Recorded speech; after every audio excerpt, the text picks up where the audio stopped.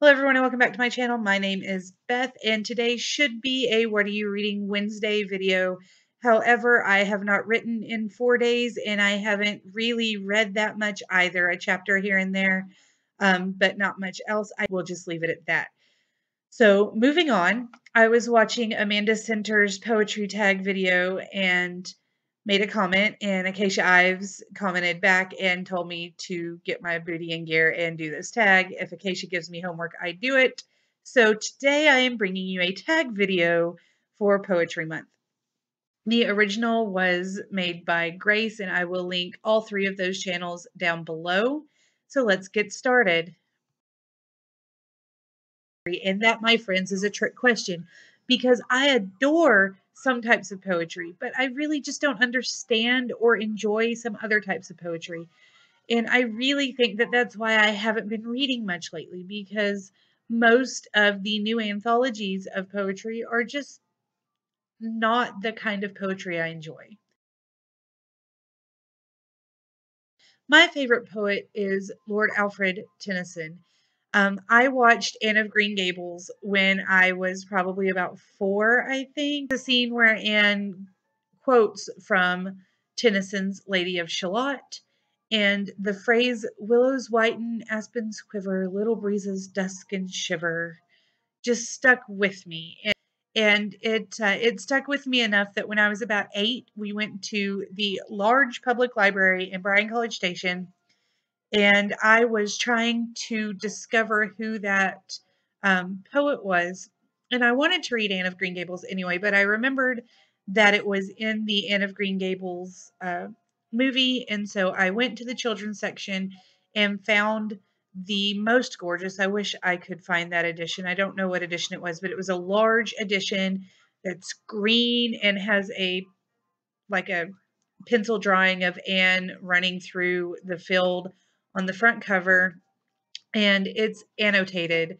So I was able to search through and find where she quotes from the Lady of Shalott, and it had a little side note there that said, this is from Tennyson's Lady of Shalott, and gave some information about it. I then went and spoke to the children's librarian and asked her if we had a copy of that, and she said it was in the adult section, and she didn't think an 8-year-old needed to be going and finding poetry like that. It had deep meanings and I wouldn't be able to understand it, and she wasn't going to check it out to me or help me find it, and I needed to go look at Babysitter Club books, of which I already owned all of them. I didn't have to check them out from the library. Thank you very much. But I then found it on my own and with my mother's permission, because who wouldn't want their kid researching classical poetry? I mean, come on. We got that book and I read both Anne of Green Gables and Tennyson, and he has been my favorite ever since. So now you know a little bit more about me. Probably the Norton's anthologies of UK and European and US authors. I love that they have short stories, bits and pieces from plays, and poetry from the different time periods, so that you can really see not just who else was writing the poetry or famous poets, but bits and pieces from all of their contemporaries, and also see some history and what was going on with their group or their uh, where they lived at the time, so that you can really get the full impact of their poetry. You are reading about what was going on in their lives and getting to know them a little better, to know their poetry a little better. Yes, indeed. Tennyson. Pretty much Tennyson. I love lyrical poetry and poetry with a story. I particularly enjoy the works of Edgar Allan Poe, not just The Raven. I enjoy the Annabel Lee, and this is just a gorgeous edition. It's the complete works of Poe, and I love it very, very much. And I also enjoy Robert Frost. I also have Walt Whitman. I taught this to 4th graders, so we've got this wonderful edition here. I love Robert Louis Stevenson, Jack Prelutsky, children's poetry, A.A. Milne. And I know a lot of you are going, A.A. Milne, he wrote Winnie the Pooh. He also wrote several books of poetry about the day-to-day things that intrigued his son and his son's cousin and their friends as they were growing up. And those are When We Were Young and Now We Are Five. And I absolutely love the simplicity and the beauty of each of those poems. And I love nonsensical poems as well. So Jack Prelutsky's, Shel Silverstein, etc., etc. Moving on before I start gushing about children's authors now. I do, in fact, write poetry. While I was searching for an anthology I myself had made and spent many, many days painting and putting together for a class in college and have since lost, I found this book of poetry from my high school and college days. Um, in it, it also has a list of the rules of Beth, which basically go: don't lie to Beth, don't wake Beth up unless it's absolutely necessary, don't mess with Beth's music, and do not argue with Beth when Beth knows that she is right. All of which all of you should take note of because they are very important rules to remember. They should hang on everybody's wall. Don't argue with Beth when Beth knows that she is right. However, this right here is called The Alley, and it is a short, slightly angsty, okay, a lot angsty poem, and I thought I would read it mainly so that A, you can get a little hint of what I was like in high school, and B, so that Amanda has somebody else reading angsty poem for her. And Amanda, if you want to come back and kind of analyze my angsty poetry, please do so. And it reads: In the dark and damp of the alley, I stand waiting for someone to appear. It seems I've been waiting for hours, yet no one comes. No one will ever come. And I realize how truly lonely I have always been. How lonely everyone must be. Waiting in the dark dampness of a midnight alley, I see my dreams disappear in the night as my darkest nightmares come forward to claim me. So, yeah, I was a delight.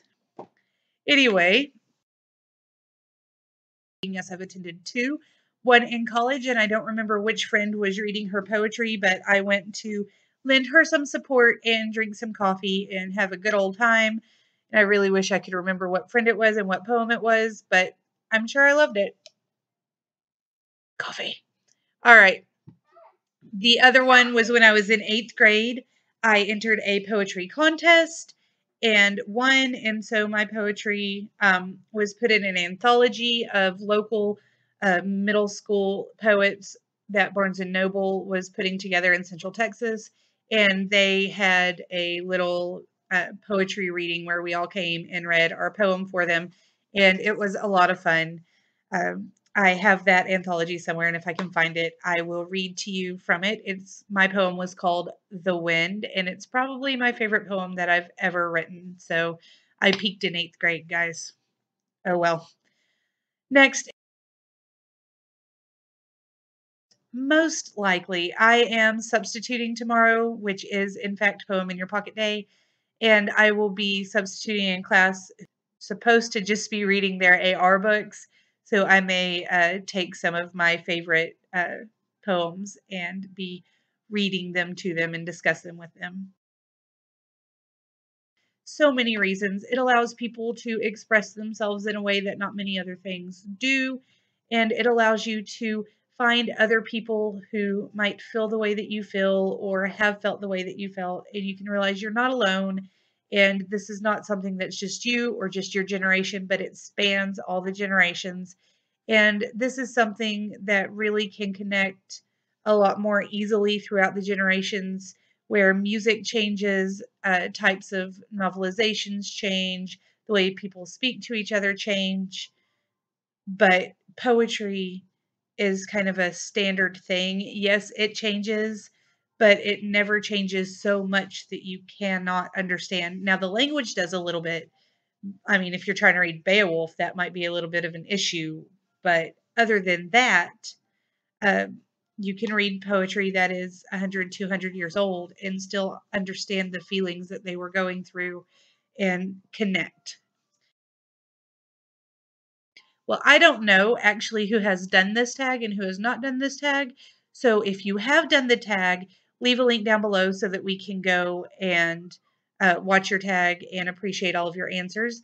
If you have not done the tag and you would like to do so, please go ahead and do so. April is Poetry Month, and I would love to hear your answers, even if it is no longer April when you watch this video.